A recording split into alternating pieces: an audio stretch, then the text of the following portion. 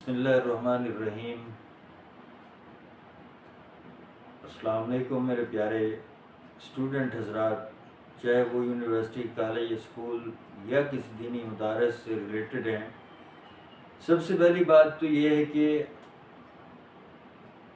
لگن، جستجو، محنت ہی کامیابی کا اصل نتیجہ ہے۔ دوسری بات آپ کو میں میرے پیاروں بتاتا جاؤں کہ جس طرح ہم دنیا کے امتحان کی کامیابی کے لیے فکر مند ہوتے ہیں کہ بھئی ہمارا گریجویشن کا رزلٹ کیا آئے گا، ہمارا MBA کا کیا آئے گا، MA کا کیا آئے گا، BA کا کیا آئے گا،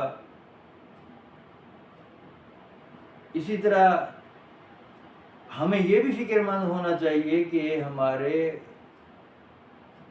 مرنے کے بعد ہماری دنیا کے امتحان کا کیا رزلٹ آگے آئے گا۔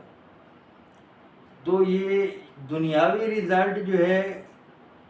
وقتی طور پہ ایک دنیا کے لحاظ سے نقصان تو دے سکتا ہے، لیکن حقیقی طور پہ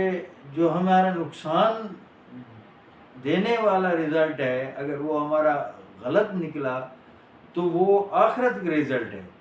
جس طرح ہم صبح صبح اٹھتے ہیں اور اٹھنے کے بعد ہم خاص کر مقصد ہے کہ مرد حضرات کہ کسی نے دفتر جانا ہوتا ہے، کسی نے جو ہے نا شاپ کے لیے جانا ہوتا ہے، کسی نے فیکٹری جانا ہوتا ہے، کسی نے کوئی کام فلاں جس طرح اپنے اپنے ورک کے مطابق نکلنا ہوتا ہے۔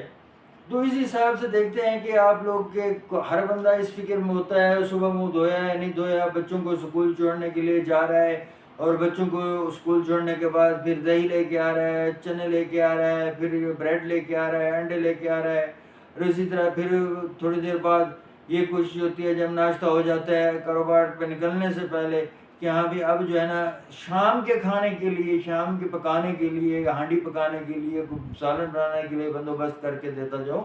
تو اس طرح گوشت، سبزی، جو بھی ضرورت کی چیزیں ہوتی ہیں وہ لے کے دے کے جاتا ہے کہ میرے پیچھے میرے گھر کا نظام نہ رکے۔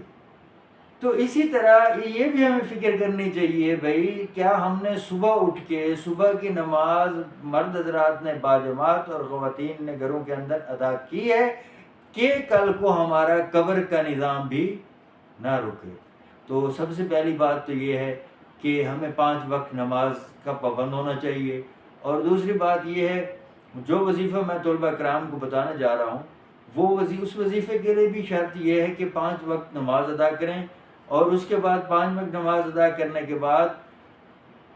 3 مرتبہ درود شریف پڑھ کے اس کے بعد جو ہے نا 11 مرتبہ